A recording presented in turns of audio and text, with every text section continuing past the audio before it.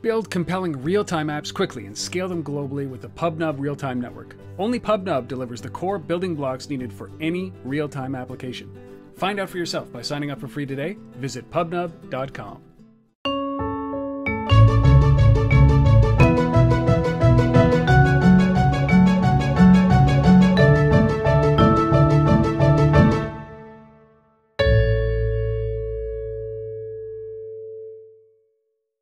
Hello, everybody, and welcome to Untether.tv. I'm your host and founder, Rob Woodbridge.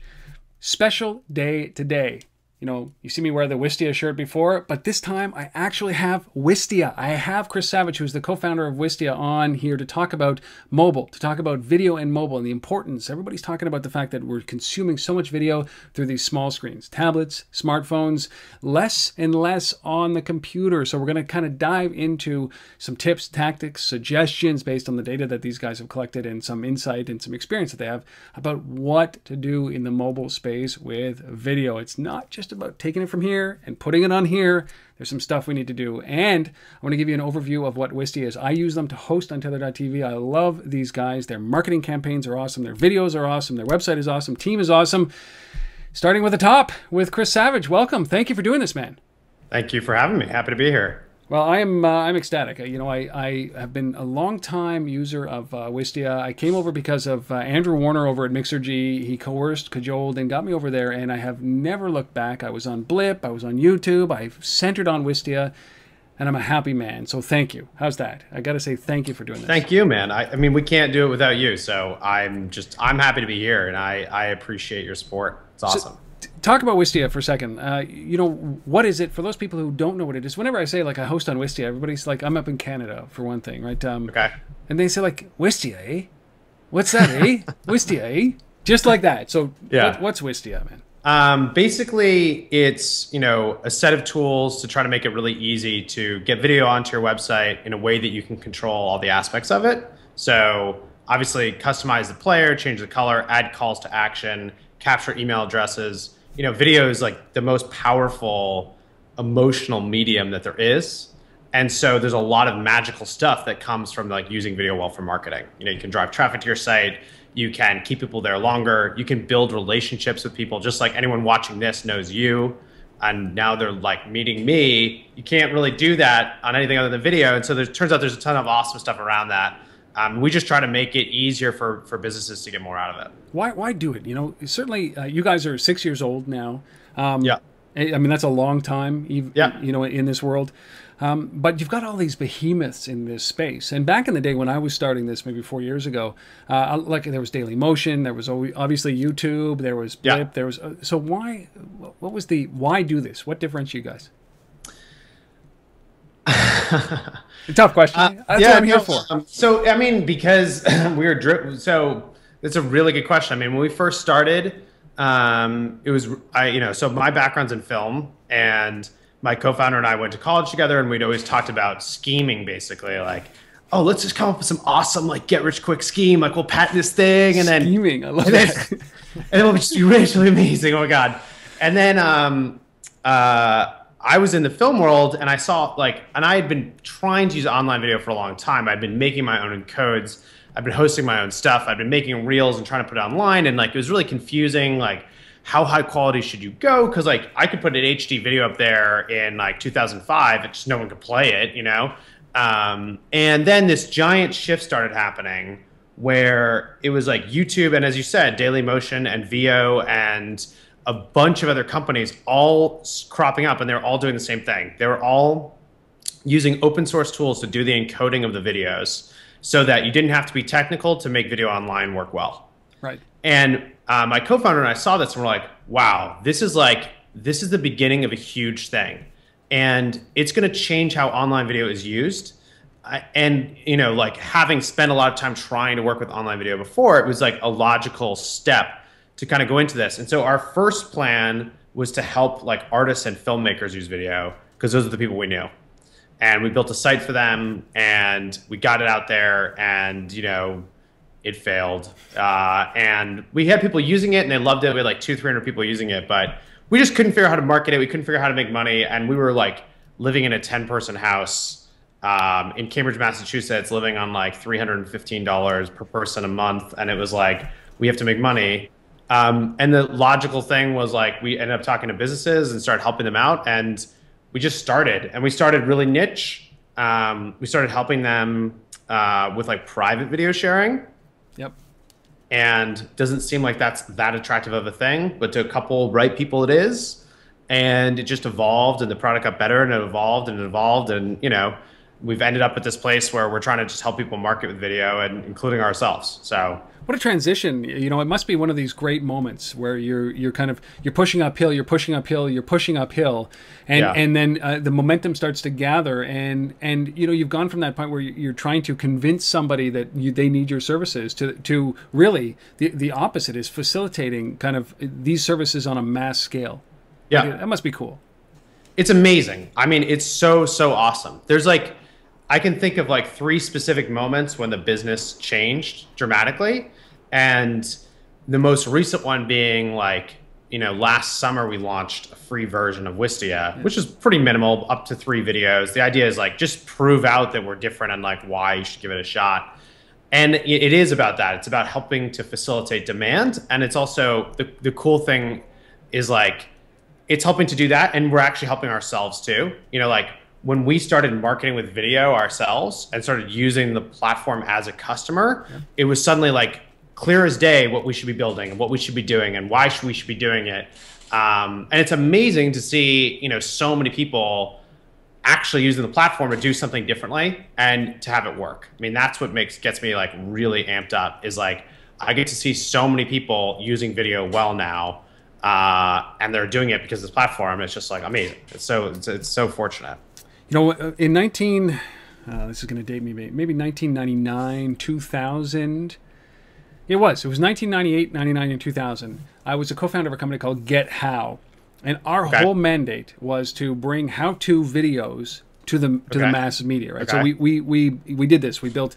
It was a local third-party software development company that had some technology, some streaming video technology. So we cobbled together a player. We built the player. We built all the embed. We did all of that kind of stuff. We took like old reel-to-reel, basically, how-to videos and brought those in, digitized them all, and had a catalog of thousands or 2,000 of these how-to videos. And wow. That was painful. We raised over $1 million to do that, and we spent most of the money in processing and development on this stuff. And then when we woke up and realized that we had to market this as well, it was a big challenge. But yeah, so you know, it's amazing how far we've come just in this short period of time. Where now it's like, you know what, I can upload any kind of video and it's ready to be played on any device, right? It's amazing.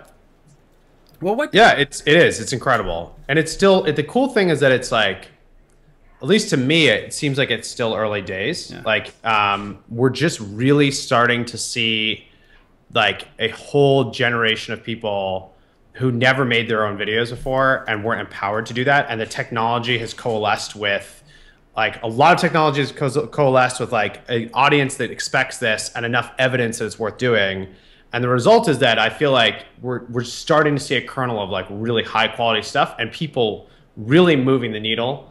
In a way that, like, I'll say, like, 4 years ago I didn't see. You know, we were toiling and just hoping that this would happen, and to see it starting to happen is amazing. You must have also, like, maybe I'm just, you know, projecting this, but you must also see, you know, this shift. You've been in the middle of this from the sit back experience where you're consuming content in a video form, like basically like television. We've watched YouTube emerge, obviously, as the second largest search engine on the planet, simply because of the amount of video that's up there. But so you've seen this shift from a sit back experience to an interactive experience where people are actually watching all the time, and now there's this creator experience, right? Democratized creation of video. How has that been? Is that what you've seen, and where does that go, and how has it been for you guys to be a part of that? First of all, it's amazing. You know, like it's amazing to be a part of it, and that is what I'm seeing. I mean, I'm seeing this, like, I'm seeing people, you know, just like you and just like me right now. Like, this is a webcam, and we're creating content. Like, it's not like we planned what we're gonna say, and never, like by never ever do I plan. I never plan what I'm gonna say. Yeah, and it's like we're focusing on a particular audience and a particular way in something that would have been impossible, like, 4 years ago. Right. And 2 years ago, it would have been really tough, and it's easier now. And I think if you look to the future, I don't know, the way I think about it is like in 1995, websites start taking off, and, up until that moment in history, every single business interaction of all time involved a person. Yep. And then it became, you know what, let's make these sales as frictionless as possible. And let's make our customer support pretty crappy so that it's cheap. And let's solve these logistical issues. And that's what we do. And now I feel like what we're starting to see is the very beginning of a trend of people saying, hey, remember all of human history when I interacted with people? I want that back again. And there's basically no way to actually genuinely do that other than using video. Yeah. Well, and I mean, you guys use it so, I mean, that's such an astute way of putting it. Like the way that you just said that 1995, when that happened, it was the first, personless transaction, right? Where it was just, I was at a website, I typed it in. I remember my first transaction. Yeah. But I mean, what's cool about this whole thing is that aside from this kind of democratization and this connection, right? It's one of the big reasons I do video with Untether.tv is some people like to look at talking heads, but what I love about it is that from my perspective is that I've got you engaged, right? I know you're not checking your phone, you're not doing any of those kind of things, but as I've gone through this now, it's like I'm interested in higher production quality, better video, better lighting. I bought a mic. I do all these things that augment it, because now hosting is not a challenge. Now people are looking at it and they see quality is important. But you guys create the most incredible videos internally, your marketing videos, your educational videos, and you really breathe this industry. So why do that? Obviously, you have to show what you've got. But it seems like you spend most of your time just creating videos. Do you? We do spend a good amount of time doing it. I mean, the coolest part about it, I would say, so why do it? Because it's an amazing way to connect with people. And well, I feel like I know you as a result of that, right? Yeah. This is the first time that's awesome. That's amazing. And I would hope that you feel that way in the same way that you might go to a Starbucks and see people and know them and might want to talk with them and feel like you know them. And I think the same thing is starting to happen. And I think we have I personally feel a responsibility as much as we learn this stuff. And we're sitting in a position where we get to see a lot of the analytics on what's working across what's going on. And I feel a responsibility to share that data and empower people to make better content. I think it's also just good marketing. I think that it's it actually works. And the simplest way to put it is kind of people want great stuff. It doesn't really matter where it is. So if you have it, in our case on our website, if you're watching all our videos on our site, then you're learning about that can be your touch point, and you can learn about everything else. And that's exciting to me because it means that everyone can build their own audience. Right. And, we use video. We also use email. We send our videos out in email. Email is super important. And I know we're going to talk about mobile, but thinking about when an email goes out and someone opens it on their iPhone and what the experience is an incredibly important part of this. And because it's all holistic, but, we do it just because we found it's the best way to engage at this point. Last question about you guys, and then I want to dive into mobile, but it's around I kind of equate, I'm going to close my thought on it, is that I kind of equate what you guys are doing. Google has a mandate, right? Google has a mandate to get as many people on the internet as possible. So that's how they enable their revenue stream. It's like, what? We're going to put balloons in the stratosphere. We're going to blanket, developing nations with internet so we can sell you an ad or do something with it. That's their mandate. Microsoft's used to be, we're going to get a desktop and every, a computer on every desk. It just seems like what you guys are doing with the way that you guys create the videos is you are making it so that the more videos that you can help people create, the more they're going to consume, the more that they're going to create, the more they can consume and then use your services. So I love that approach, right? It's like, whether that's what you're trying to do or not, that's the way that I perceive it is. That's exactly, we're trying to empower as many people to make videos possible. It's amazing. What's worked best for you when you've created your videos? Because you have, you know, the most recent one was your survey. So you did a little dance. It's great. And then you did you did your little short snippets around the lab and around Wistia Lab and all of these things. And if anybody's interested, just go to wistia.com and you'll know what I'm talking about. These videos are incredible. Has there been a type that's worked better, or has there been a genre that's worked better for you guys that has driven more activity? How much time do we have? Yeah, exactly. I got all afternoon, man. Yeah.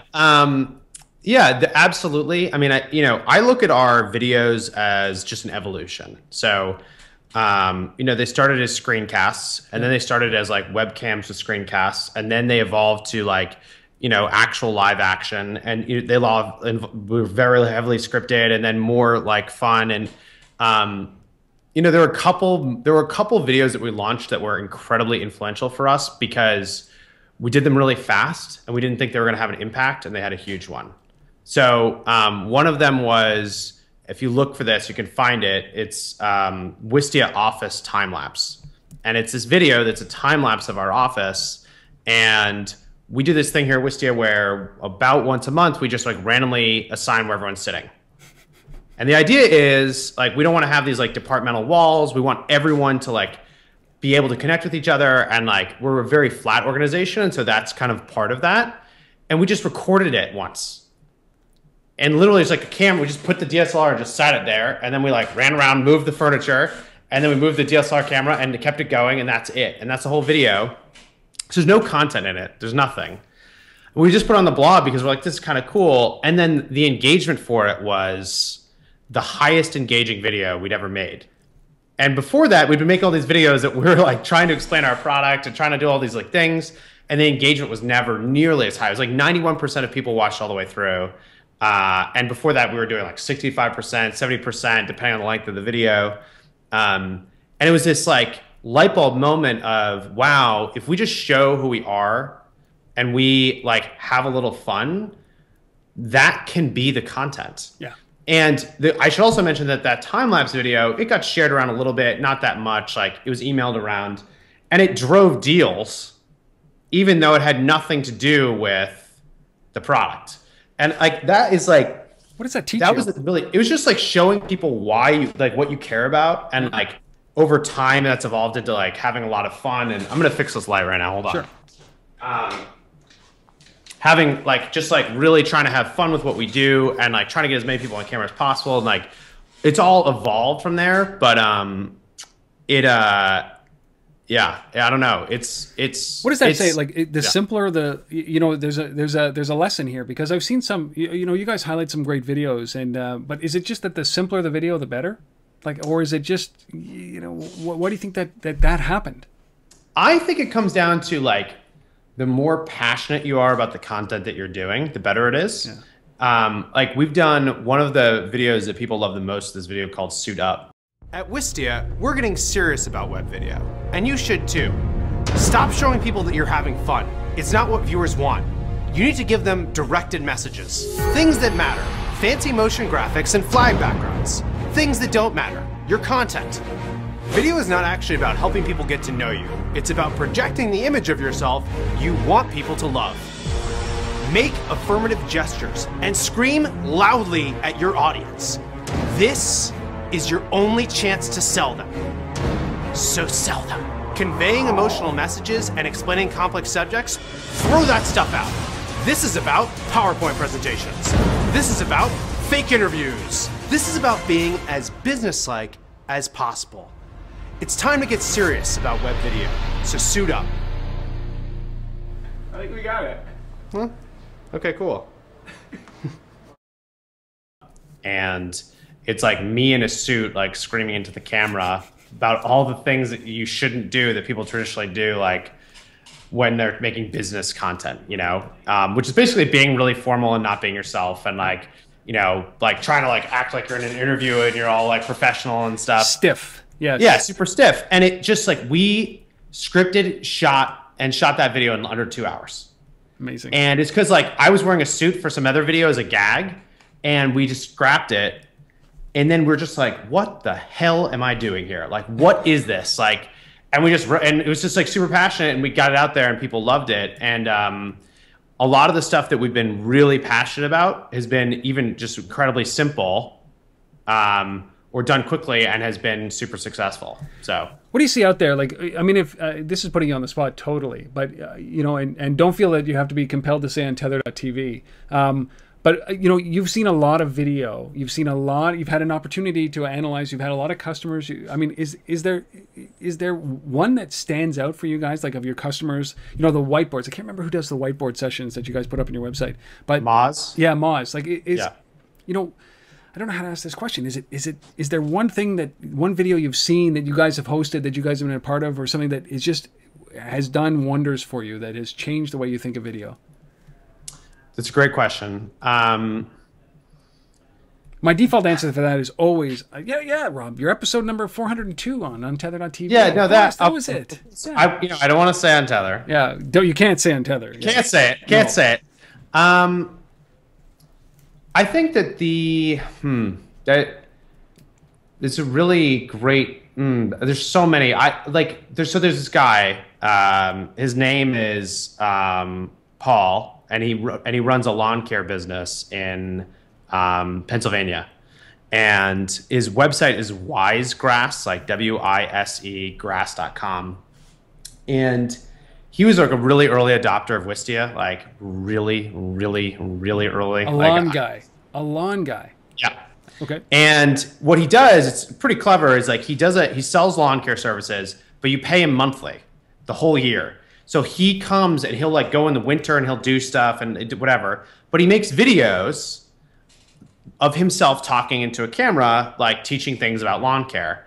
And the thing that's amazing about him is like, he'll have these videos that, you know, like some of them have like 400 views, like some of them have 200 views. It's not like a huge number of views, but they're so genuine and they're so like, quirky and silly. Like he has this one where he's talking into like an iPhone, so it's like him talking into an iPhone about what to do with your crabgrass in the winter, and then he's like, oh wait a second, the sunset's insane, and he turns the camera and he starts singing and he's just like singing to the sunset, and then it ends, and you're just like, if there are like 200 people who watch that video and they're in Pennsylvania, every one of them just signed up with Paul. And it's I mean, that's just like one example of something that I see a lot, which is like, I'm just often impressed by things that are really simple and are so genuine and endearing that like, how could you not want to work with this person? What? Really? Oh yeah. Let's see. It's I think the sun is going down. Whoa. My latest sun is sinking fast. Oh, I think it's sunk. I love it. I love it. Wisegrass.com. Yeah, check it out. Okay, I'm going to. Pennsylvania, be careful, because you're going to end up having this guy. He's going to take care of all your stuff. He's going to do it. All right, well, let's talk about mobile here. The distribution of video is amazing on these devices, and it's starting to eat up television time. It's starting to eat up screen time, traditional PC time. And it's even the television networks are trying to get into this by streaming television shows and distributing television shows. And so this device, without a doubt, these smaller screens are so important. You must be seeing some trends inside of Wistia to that effect. Yeah, it's a huge rate. I mean, I think it affects, I mean, I don't know if you want me to go into this, but I think it affects how you have to think about the content that you're making. And I think it affects how you have to think about where you're putting that content. And, you know, I'll talk about it from a marketing perspective because this is like what I know. But, you know, like with us, we send out an email once every couple of weeks that has a video in it. And, you know, a lot of people are opening their emails like on their iPhones, right? And their Androids. Like a lot of people are walking around. I mean, for me, it's the first thing I do when I wake up in the morning. I take my phone, I look. And then at the night before I go to sleep, I'm like, I look. And so what we've tried to do and what we've seen be successful is just like simplifying the experience so that someone on a mobile device can get through your content pretty quickly and give them, you know, that's what they're expecting. They're not expecting most of the time to like sit down like you and I are sitting now and watch an hour-long piece of content. They're not expecting to watch a 10-minute piece of content. Like mobile users are definitely much more like used to casually browsing something, doing it for shorter time bursts, and looking for a reward after, right? Like the other thing that I think is very key is that you can't multitask in the same way with a mobile video that you can on your desktop. Yes. And so the video is going to take over the whole screen, so it better be engaging. And then when the person's done, you know, if they came from an email, or they came from Twitter, or they came from Facebook, whatever it is that they were like doing, that moment at the end of the video is even more important, because it's not like, oh, I have all this other stuff on my site and I know that they're going to see it and now they're going to find my other call to action and sign up. You have to make the things that the actions that you want people to take be enclosed within the frame of it, the video itself. What a great perspective is that, you know, you're right. It takes over the screen. It's oftentimes like when you link from an email into a video, it goes to probably, you know, the Wistia page. It might not even go to your website. And then, so what kind of calls to action at the end do you suggest? I mean, Wistia has a bunch of tools, but you've built those tools based on, obviously, your understanding of the requirements. Yeah. So I think that, you know, I think of all video watching as like momentum. Yeah.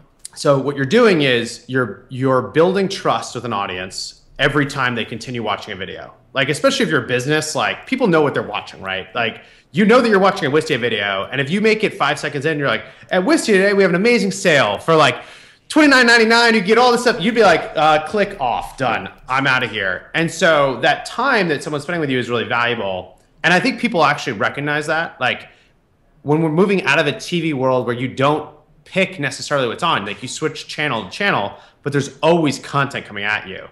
It's very, very different. And I don't know if you've noticed this trend in yourself, but I certainly have noticed it. I don't have cable anymore. I have an Apple TV that I watch lots of different stuff through, and I choose explicitly everything that I watch. Yes. And so if I start watching something that sucks, I stop watching. Right. And that a moment you reevaluate and you say, should I be watching more videos? Like, should I get up? Should I go do something else?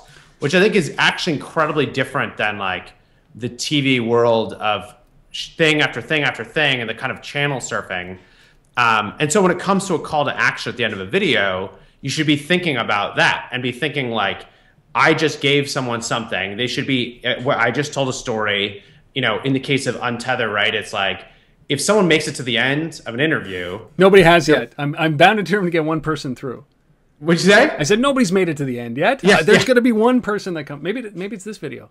Yeah. Yeah. But like it's you know, if someone makes it to the end of a 3-minute video, a 5-minute video, a 2-minute video, you need to get them to recognize that they did that. Yeah. And so what we will say often is like, hey, if you love this content, like sign up with your email address so you make sure you don't miss it the next time it comes out. Right. Or like if it's about a product and it's a demo of a product and someone's watching their mobile device or watching anywhere, it's like, okay, you made it through the thing. Like if you want to see like more stuff about this, like jump on board, like go and see what that stuff is, or like download the like PDF like schematics so you can print it out, see how big, whatever the thing is you're doing. I think it's just really important to think of it as momentum, and think about how you want to harness that momentum. And then the other thing I would say is like, especially for short content, if you are having people who are dropping off, that is like, it's almost like the same thing as like, oh yeah, I used to watch like The Office every episode, but at some point like it wasn't as funny, and I started like thinking to myself like, like I don't need to see this episode all the way through, and then at some point you stop watching. It's even more true with like marketing content and educational content online that's like from a business, because people know, you know, they're asking themselves like, well, these videos suck, like then I'm not going to watch anymore. Like I value my time, you know? So. Oh, now I'm depressed. Don't be depressed. No. I think the other thing to look at is just talking about the analytics is just look at the total time watched and like equating that to the relationship building. Yeah. Which is, if you have longer form content, it's going to be almost impossible to get most people through it. Yeah. And I think that's why like chaptering makes more sense, and like telling people what's going to be in there and giving them some idea of where to go. That's why transcripts are valuable for long form content. And it's also just looking at the relationship stuff, because if you have a small number of people, but they're spending, you know, half an hour with you once a week, that's an incredible thing. I mean, it's just like Andrew Warner you were talking about, right? Like, so many people feel like they know Andrew so well because they've spent hours of time with him, which is like more time than they've spent with like so many like Hollywood actors. It's insane. And my kids. I've spent more time, with, cumulative with Andrew than more than my kids. I mean, he's in my ears when I'm at the gym. I mean, it's fascinating to think this through because when people create videos, especially say broadcasters, especially guys who come from the and I certainly don't come from the industry. A lot of them just take that same content and say, we're going to repurpose it. We're going to just put it online. We're going to put it in mobile. We're going to do everything like that. Is there a specific type of content that you think that, like, do they have to repurpose content? Like, I'm not talking about television shows. Like, we see this all over the marketing materials on the web. They just put it up on a mobile device. The ads that they put on the web, they just put them on the mobile device. How do you reconcile the big screen with that small screen? And do you have to do anything different to the videos? Should you be doing them? I think that the thing, you want to look at your audience and say, like, how much of my audience do I think is like jumping in and out of this content? How much of this audience is like coming back? I mean, I know I'll speak for us. Like, there's been times that we have shown like aspects of the product, and we were like reviewing it on a desktop, like, within a video. We're like, oh, this looks really good. This looks really good. And then someone's like, wait a second. If someone's on a 3-inch screen, they're never going to see this thing. This is not important. We actually have to rework the script to like reshoot that part so that it's absolutely clear to everybody like what's working. I think that the thing that you can get yourself into trouble with is thinking like you should make totally different content for mobile and desktop, because it's just so hard to manage that unless unless you're making like mobile apps and the content is going in there, you know exactly what someone's getting, and then that's totally different. But like most of the time, I think just thinking about that experience and thinking about the fact that like, again, like it's taking over on a phone, it's taking over that whole screen. And that's, it's like a gift almost, right? Like that someone's giving you that much of their attention at one time. Yeah, 100% of your attention is unheard of now, except for in the mobile realm with video, right? Because it does it. As you said, it takes over the entire screen. I mean, is there an appropriate time for an ask, on a mobile device inside a video? Like, Wistia has Turnstile, which asks for an email address, and it you can tell it when to pop up and when, at the beginning, in the middle, at the end. Yeah. And you also have this Wistia Labs, which brings in the ability to add the follow Twitter buttons onto the screen. That doesn't work on mobile, does it? Yet? Not yet. Yeah. So, but with the Turnstile, like, do you think there's an appropriate time? Do you know if there's an appropriate time to put that up, or do you put that up in mobile? I think you do put it up. So two things. I think it always works at the end. Almost always you can do it. If the content dictates it. If the content is about getting someone to come back and it's about building audience versus like closing a sale or something, then putting it at the end is a great way to do that. And again, because people realize that they're there, a lot of times like they'll say to themselves like, I did make it through, this was useful, like now I want more. I've seen it work really well at the beginning for long form content. When someone says like, we have 30 minutes today with Rob and he's going to be talking to us about blah, blah, blah, blah, blah. It's like, okay, you're telling me all I have to do is put in an email address. I get this right now. Mm-hmm. Like, it doesn't matter if you're on a mobile device or like you're on desktop. That's like a compelling offer. Within the video, I wouldn't say there's a particular time. There are particular videos where it works, and I've seen people do that basically just like for an ease of use thing. It's like 2 minutes in, you've kind of talked about the high levels of a course. You've gotten someone hooked, and then you say, hey. Like, if you want to keep going, like, you sign up for my whole course, and that's whatever. Yeah. Okay. An email address. And is that similar in style? Do you think to like does that cross over well from the web into mobile? Yeah, I think it does. I mean, it doesn't work as well as it does on the web. Like the beginning and end definitely work better on the mobile, but it does work. I see it work. I think you're more likely to the downside. For like mobile viewers, right, is that there isn't the other stuff on the page to convince them that they should keep going, or like if the video pauses and they're there and they're like, oh well, I want to go see what the price of this thing is, they can go do that. On a mobile, they're going to close out of it, and depending where the content is, I think it tends to be more sporadic that people move. But that's like my gut saying that. I don't have like explicit data on that. Yeah, my gut's probably right though. Yeah, of course, man. What's the best time to use video in a mobile environment? You know, so is it, you know, do you know if there's a specific length? I know that you've done some extensive studies around how long, you know, what the drop-off rate is based on the length of the video. And, you know, and, you know, some of my episodes are like Andrew's, like, you know, 60 minutes. Usually they're around between 30 and 40 minutes.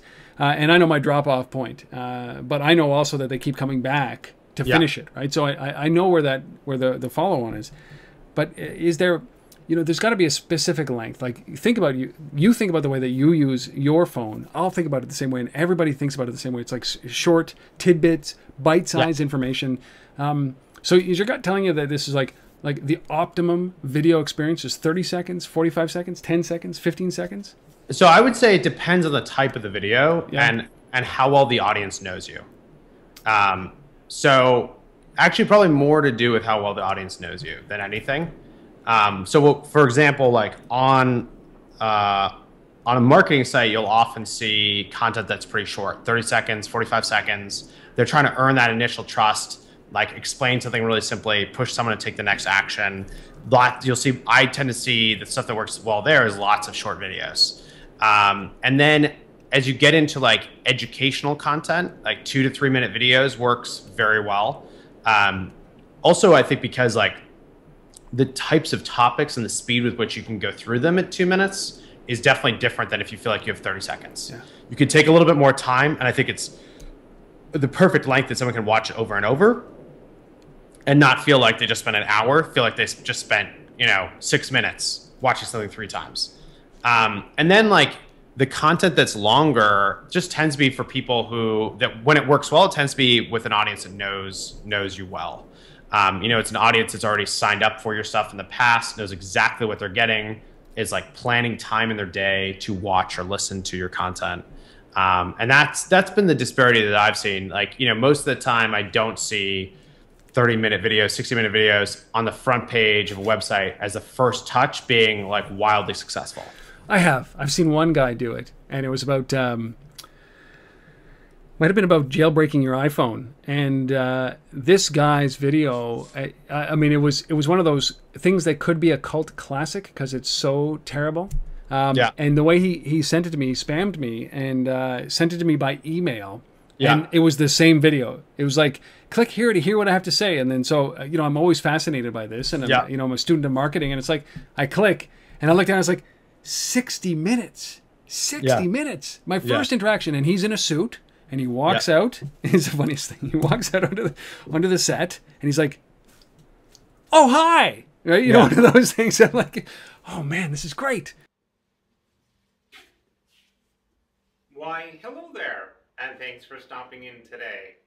Today, I'd like to go ahead and share with you building your own instant Roku channel. But it was 60 minutes. I think it was 3 minutes. I would have shared that all over the place. But yeah, you know, I'm always interested in you know that perfect length of video. What about like tips and tricks here, especially for the mobile space? Like, we're worried about bandwidth consumption. We're worried about you know, one-on-one time. We're worried about taking over the screen, which and unicasting and single tasking. You know, when it comes to that, is there a type of content? Like, you know, we don't want to do, you know, I don't think that we want to do product marketing. We don't want to do any of those kind of things when it comes to this. Is it more about educational? Is the push in mobile really about just in time? Like I was telling you about Get How, which the vision of it was, hey, you want to build your kitchen cabinets? Here's the video in 9 segments that will show you how to build that cabinet, right? So do this, adjust it this way. So is that what we're going to be seeing much more in when it comes to mobile? That kind of conditioning for content? Yeah, I think so. I mean, I think the educational content that is like in short bursts is like probably the most powerful kind of content that I've seen, especially because everyone has the potential to create it all the time, and they often underappreciate that. I have a friend who runs like a flower shop in the South End here in Boston. And, you know, if you asked her like, hey, do you think you should make a bunch of videos to like help market you? Like I've asked her this and she's like, I mean, what would I tell people? I don't know. You know, like I have no idea what I'd tell people. And then, you know, I was over there with my girlfriend and people are coming in asking her questions and she's explaining to them how to do things. And she's like, oh, well, to fix this, like spray the plant, like blah, blah, blah, blah, blah. I'd look for this thing on here. And she's telling someone else, like, when you're looking at it, you know, do it. And it's like, this is gold. Like, and your normal life, your job is this stuff is gold. And this is the stuff that if you put it online, someone's going to look at it and think, like, I trust this person because they taught me something and I want to work with them. Yeah. That is exactly what I'm doing wrong. I'm not teaching anybody anything. I would not. I mean, it's all teaching, right? It's just a different way of doing it. Well, you know what? I often look at that and I think that, you know, that perfect example of a florist and a mobile environment for a florist who has absolutely the world to teach a guy like me in choosing the right flower and I mean, you know, planting the right, whatever it might be. There's huge opportunities there for it. I mean, you brought up an interesting thing is that, I mean, I interviewed Sal Khan from the Khan Academy. I mean, you know, certainly when it comes to, I have kids, and when it comes to education, I'm always worried about that. I look at what you're doing, what video is doing, what mobile is doing, and there's this crossover, obviously, amongst them all. What is that? What do you think that does? We're getting way off here, but what do you think that does? When you take video, mobile, and you hand it to a kid, how does that change education? You must be thinking about these things. I mean, I think that it flips everything upside down. Like, I think that, I just think that the fact that this is typically what would be lectured to you, like this type of content, and instead of that, you see it in bite-sized chunks and you can rewatch it until you understand it. You can skip to the parts that like the most interesting or confusing and is enormous. And then obviously the fact that it's in every single person's pocket walking around is incredible. I mean, I think that like, you know, out like Wikipedia, right? I mean, how often are you talking to someone and they're like, yeah, I wonder like how many nations like does the UN represent? And like, do they represent this one? It's just like some random question that before, you know, you would just like people that, I don't know, like one guy might say that he knows, and instead it's like, oh, let's go look at the history of this. And like it's, I think that it changes education to be much more proactive. And I think for children in particular, who obviously like you hand a 2-year-old a touchscreen, they know what to do, right? Is just absolutely game changing. And I don't know, like personally, like I took a long time to figure out like what I was really passionate about. And like, I think in today's world, I would have found it faster. And I think that that's like a magical gift to give like anybody.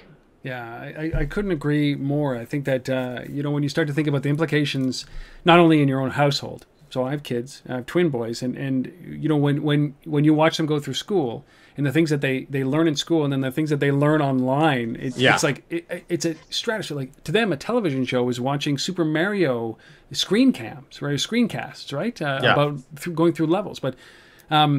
But when you start to think about that just locally, and then you think about it in neighborhoods and cities and states and up here provinces and countries, and then you think about developing nations and the democratization through these devices, like, you know, and even with Untether, I'm getting worldwide distribution of the content. It arrives in people's inboxes everywhere, and you know, in every country, and so when I start to think about this, is that the business that you guys are in facilitating this, and the insights that you're gaining from this start with you, and then you know, work through their way to guys like me who create content that is you know, is much more consumable or consumed, and then that stretches out to countries and nations or developing countries that now have all these devices that can now learn English, you know, 2 minutes a day through a video that's hosted on Wistia. I think that is pretty monumental for me. It's huge. I mean, it's also like, to the earlier point, like it's so early when you think about it like that. It's like, how much stuff can we learn? Like how much stuff like can people take, and how, you know, everybody is an expert at something, but most people are not actually like spending their time like creating content around those things that they're an expert at. Yep. And to me, it also even changes like, honestly, like the crafting world and the kind of like local business world, because like, what did we all used to do? we created small businesses to support ourselves, and like you were the expert tailor and you were the like all these different things. And then like, big companies have come in and like made that stuff cheaper and got it to scale and got the quality really high and made that, that's great. There's a lot of people who have the potential for a lot of expertise, like not really sure what they should do. Companies are automating that stuff away more and more and more, but education, teaching, expertise is still there. And it's still like, mastery is obviously like one of the core human drivers, is like people just want to be better at things. And all you have to do is capture that content and teach people about it, and it's game changing. And people do it just by accident sometimes, right? Yep. And I know that that's what Sal Khan did, is that he was teaching his niece and nephew math, yep, trigonometry, right? And that's a perfect example. And it ballooned. It turned into a business for him. Yeah. All right, last couple of questions here, Chris, and then I will let you go. When it comes to bringing content to the screen, we're talking about this strategy that even advertisers are doing right now, which is they call this the second screen, and I believe wholeheartedly that the phone I carry is my first screen. The television is second. Every other screen. Yeah. Yeah. They call this the second screen experience, and does that extend? Like there's a broadcast, something happening on television here. Are there opportunities for small businesses, small companies to do video that ties into the primary screen of the television screen? Are we going to see much more blending of this, or are they going to remain fairly unique in the content that they're being broadcast? That's a good question. I think we're going to see more blending. There's a lot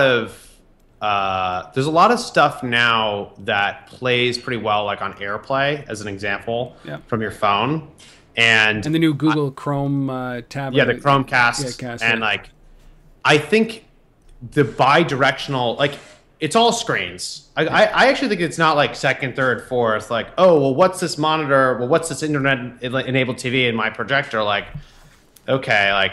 I think the first screen, you're right, is your phone that you walk around with because it's yours and you know how it's set up and you control like as much as you can about it. Yep. And then there's all these other ones that like, why shouldn't you be able to put the screen from your phone that you're interested in on any one of these? Yeah.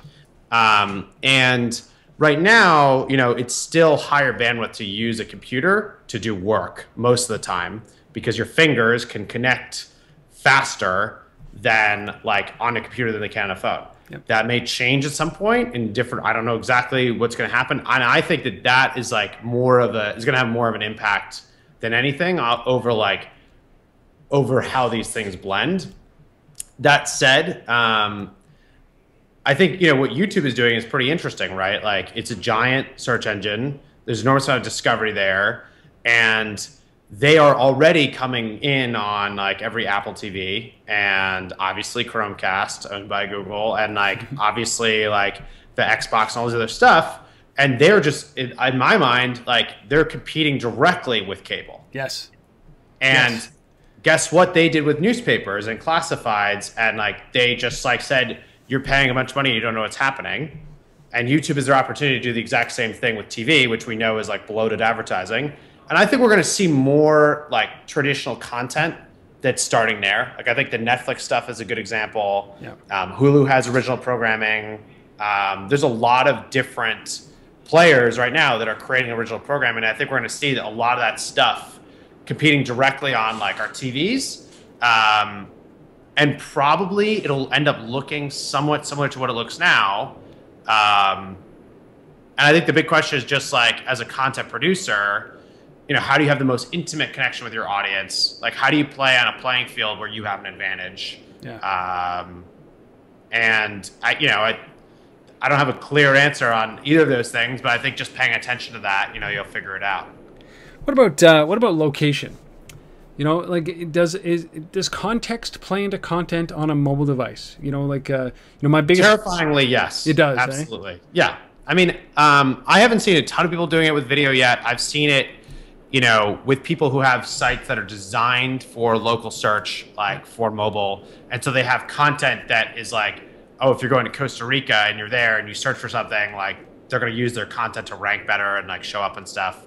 I think there's no question that, Foursquare and like the Google Now stuff and like that everyone is competing for this, and the competing for it means to me that eventually we will have it, and it will definitely be like a mixed media attack on like local contextual content. But that's, I mean, all newspapers are trying to hunt this down. They're trying to do this, right? They're creating the very hyper-local content. But it's always interesting to me that, you know, when you add a geofence and you add, you know, a specific message, I mean, it's likening to like YouTube. When you set up a channel, you've got a welcome video, and then when they unsubscribe, you've got a, hey, come back. You know, why did you unsubscribe video? Same thing when you walk into a place of business. You know, it's different when you scan a code and then you get a video playing based on that code inside the store, right? And then, you know, there's metrics that are associated with that to help the salespeople move forward. And I see this world just evolving around location and context. And I'm just interested, like, is that, how far away do you think we are really from location really adding relevance to video? I don't think we're that far. Okay. I mean, I am seeing it right now. I met with somebody yesterday who runs like a pretty significant like restaurant business in Boston, and they have like packaged goods that are hitting the stores where every packaged good is going to have a link back to videos for recipes for what to do with that stuff. Wicked. And you know, like that. So like tied in with QR codes or tied in with a, you know, image it's either a QR code or like a short URL. Yeah. But basically, like, you know, it's obviously local and where they're distributing that stuff. Like, it's around here. They're playing off like the chef's name and all these things, and then they're going to take control of that one interaction, obviously, so that someone scans it, they come back, they watch the video. Now they know if they can get this person's email address, they know that they're either a buyer or a potential buyer of this thing, and they've connected to this place that they couldn't have connected to before. Yeah. So yeah, I think it's absolutely going to happen. I think the question is like, I don't know how fast it's going to happen before everyone all the time. There's like actually an expectation that's like, if I'm buying something, I want to know what to do with it and how it works before I go. And you know, I want a video to like, because it, you know, it's harder to fake things in video. I want a video to show me the truth behind this product.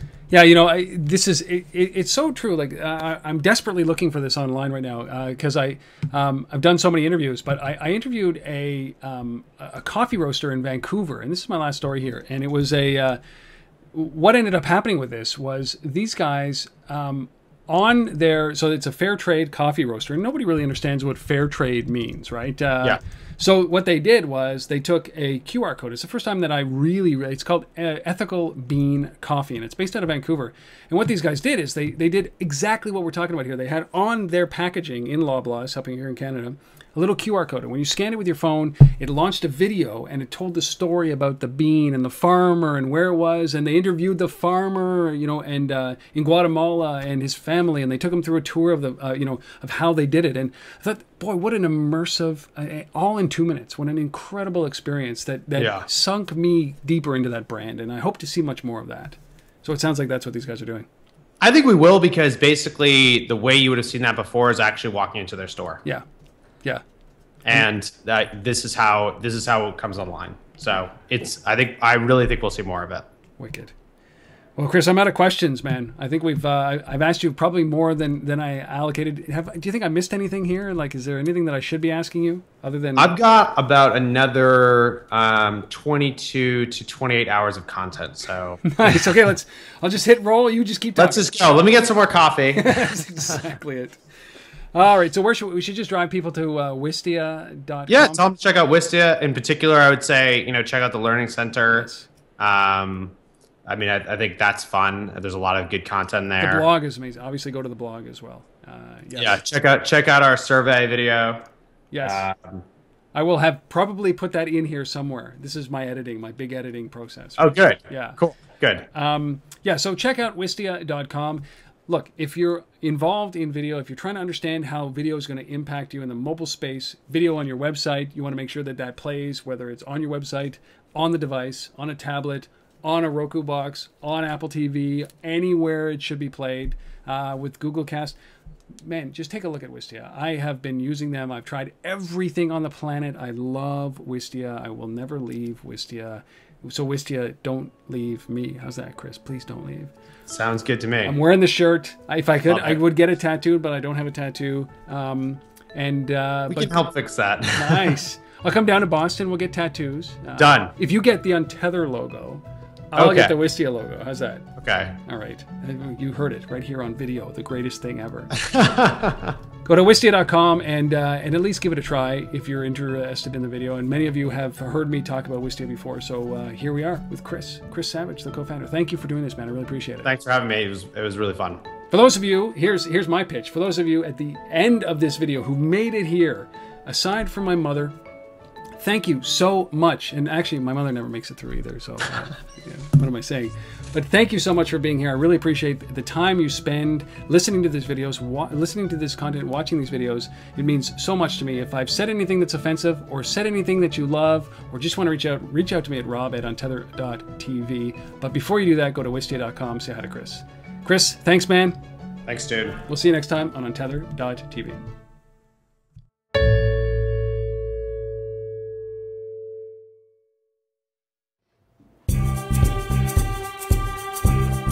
We would really appreciate if you took our survey.